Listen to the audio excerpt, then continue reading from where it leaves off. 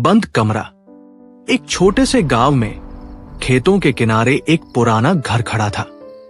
लोग कहते थे कि वहां रात में कोई नहीं जाता, क्योंकि उस घर के बीचों बीच एक कमरा था जो सालों से बंद पड़ा था।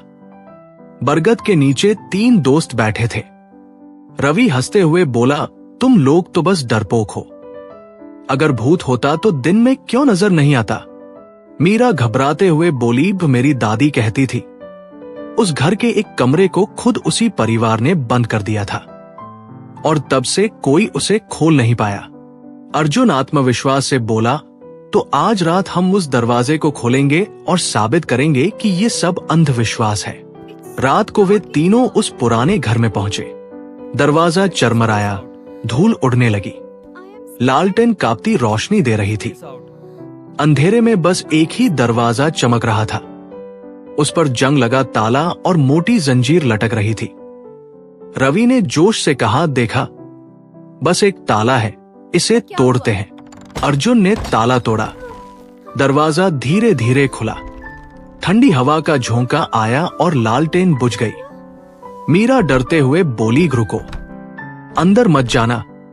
अंदर कमरे में बस एक टूटा फूटा शीशा रखा था। उस पर कपड़ा पड़ा था। रवि ने कपड़ा हटाया। अचानक तीनों चौंक गए।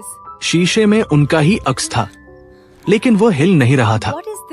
अर्जुन हैरान होकर बोला, ये हमारा ही अक्स है, लेकिन ये हिल क्यों नहीं रहा? धीरे धीरे शीशे में उनके प्रतिबिंब मुस्कुराने लगे, जबकि असली दोस्त डर से जमे खड़े थे। तभी शीशा चटकने लगा और ठंडी हंसी गूंज उठी। मीरा चीखते हुए बोली, ये घर खाली नहीं है, ये हमारी लालच और घमंड को कैद किए बैठा है। तीनों घबराकर भागे। दरवाजा जोर से बंद किया और जैसे ही दरवाजा बंद हुआ, जंजीर अपने आप फिर से कस गई। गांव वाले इकट्ठा हो गए। तीनों दोस्त सहमे खड़े थे। अर्जुन कांपते स्वर में बोला, हमने सोचा था ये बस एक अंधविश्वास है, लेकिन कुछ दरवाजे बंद इसलिए होते हैं ताकि हमें बचा सके। वाचक की धीमी और गहरी आवाज गूंजी। हर गांव, हर इंसान के भीतर कुछ बंद कमरे होते हैं। असली समझदारी ताला तोड़ने में नहीं, बल्कि ये जानने में है कि कौन सा दरवाजा कभी नहीं खोलना चाहिए। कहानी खत्म होती है,